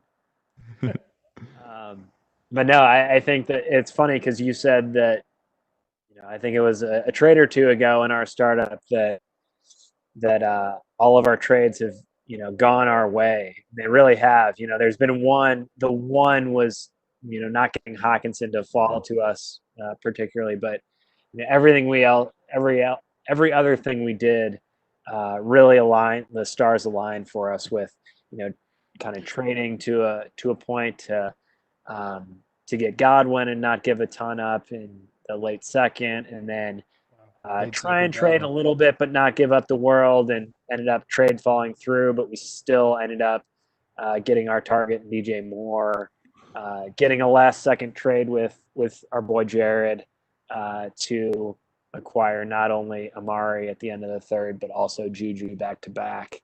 And then he told us that he was going to take Juju anyway. So the stars really did align for us there, and so I feel confident that you're in good shape going forward with trades, but just be cognizant, be aware that the ghosts of Dante Pettis attack at any point. Yes, I'm way more cognizant now. I'm aware of everything. All right, so I'm going to flip the script a little bit. This is something I threw in there here at the last bit. Like, I'm not a therapist. I'm not a psychologist like my co-host. But I have plenty of experience with psychologists and therapists. So I just am hearing what you guys are going through right now in your relationship, and I'm happy that you came in to talk together because the two of you are co-owners of a team, and you have a life to spend together with this team, and I just want to make sure it's a happy and fruitful one. So I'd like to go through some exercises as a couple, and maybe we can strengthen this relationship now before it deteriorates into something really nasty and gnarly. So I was not privy to this, Justin. I would not have allowed it. So let's just start on the happy. Justin, why don't you name one quality about Jeremy that you really like and appreciate about him? He thinks similar to me. How's that? Words are hard. He speaks similarly to you as well. You've caught the draft capitals. All right, so he speaks and thinks like you, which is important to you. That's interesting. Okay, Jeremy, how about you? Can you name something that you really appreciate about your co-owner, Justin? No. I really appreciate his hair. Great hair. As a guy that spends too much time making sure that the flow is adequate and is the top priority. It's funny. We were talking this morning. We woke up on the clock, and Justin sleeps in a little bit later than I do because he's still a college kid, and I've got a puppy, and I'm old. College adult. And I'm a college adult. I'm a continuing education guy. We woke up on the clock, and I was texting him my thoughts about what I think we should do. I pulled the trigger anyway, but I was on the way to a haircut, and then I get out of the haircut, and I get some responses from Justin saying, hold on, I'm in a haircut right now. I gotta get back to you. And it was just like, what better partnership is there? We didn't even talk about getting cuts on the same day, and we're taking care of the flow. And So you've timed your flows together, which is important. yeah, we're on And, the same flow cycle, if you will. So this is a little more difficult, but understand it's a safe place. So, Justin, if you could change one thing about your partner, what would you change? Stop thinking like me. No. I wouldn't change nothing. The answer is nothing. I wouldn't change anything because his newlyweds. perspectives help out a lot, and it's just good to see the full picture. One thing I'd maybe change. Nothing. I couldn't change anything. No. Classic. I'm not gonna change anything, but there's this one thing I would But there is this one thing. Hold on. Honey, you're great. Prepared a list. But hang on. What do you got? What do you got? What do you need to work on? I got nothing, honestly. I would. You had something. I would like. I am okay with any strategy. I guess I don't even care about pushing quarterbacks back that far because our wide receivers are disgusting. If we didn't get Miles Sanders, then I'd have a problem. But we got Miles Sanders, so we're okay. I think that's fair because I'd be doing the same thing that I'm doing right now. Maybe throwing in like a DJ or a Connor somewhere in there in late single rounds, but other than that, I wouldn't change a thing from what I've been doing. But I realize how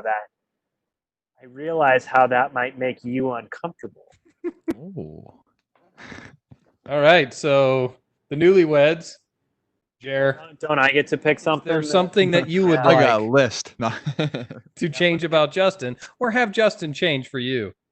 Well, while you didn't tell me about this segment, I happen to have a notes list. Hold on. Now, I agree that there's not a ton I'd change. We are, to the chagrin of our league mates, much more aligned than others would suspect or hope for. I think I'm a little bit more of a risk taker, and I'd like you to maybe be a little bit more open to experience, to take on the full Jer brand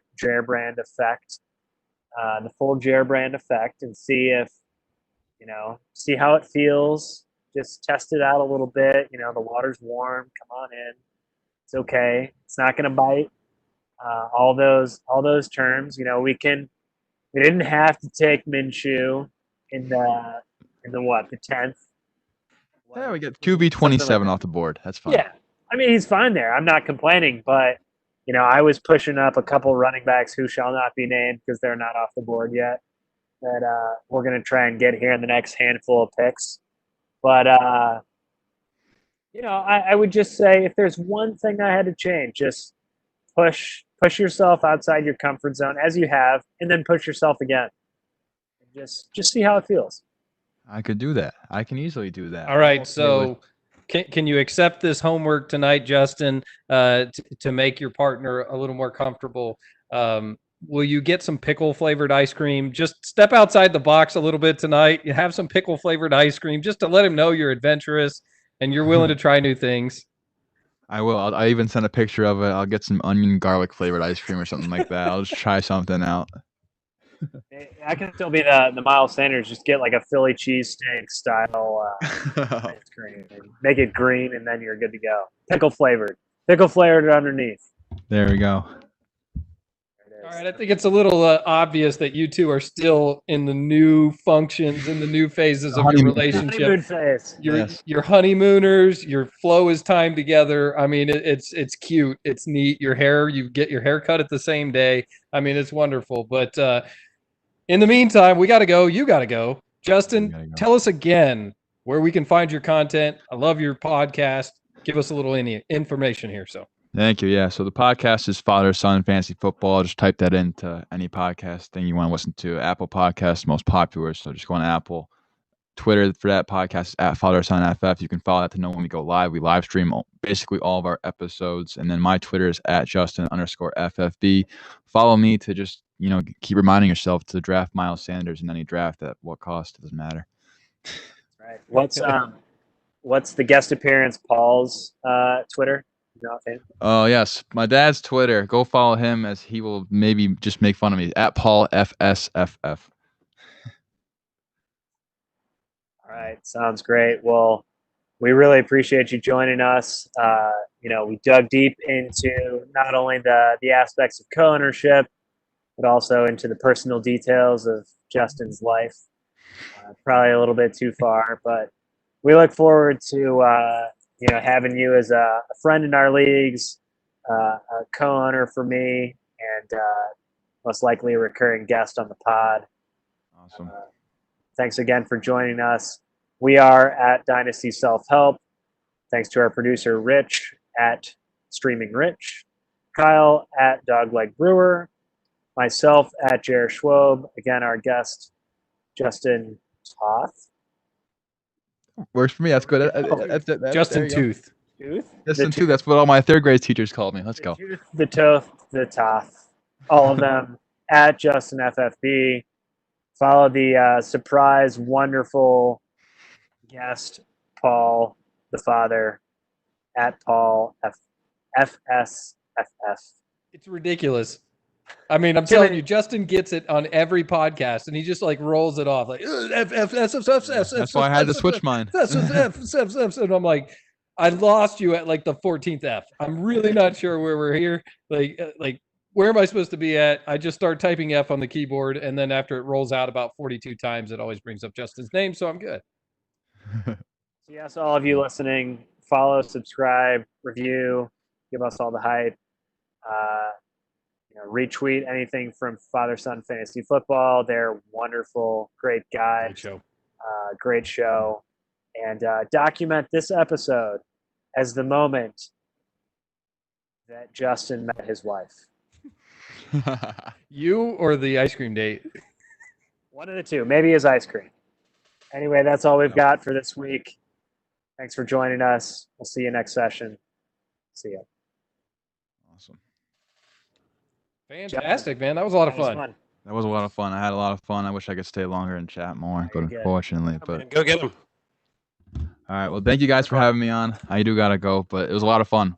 So thank you. Pickle and garlic ice cream. Can we see the ring? I'm gonna get a ring pop. That's what that's what it's gonna be for this one. All right. Thanks, guys. Though. Get her take on our lineup and let me know. I'll let you know what she says. All right, do it. Good night, man. I will be right back. I'm going to use the boys' room. All right, I have 6 minutes until Laura yells at me, so nice. We're doing pretty good then. We are. All right. Solid.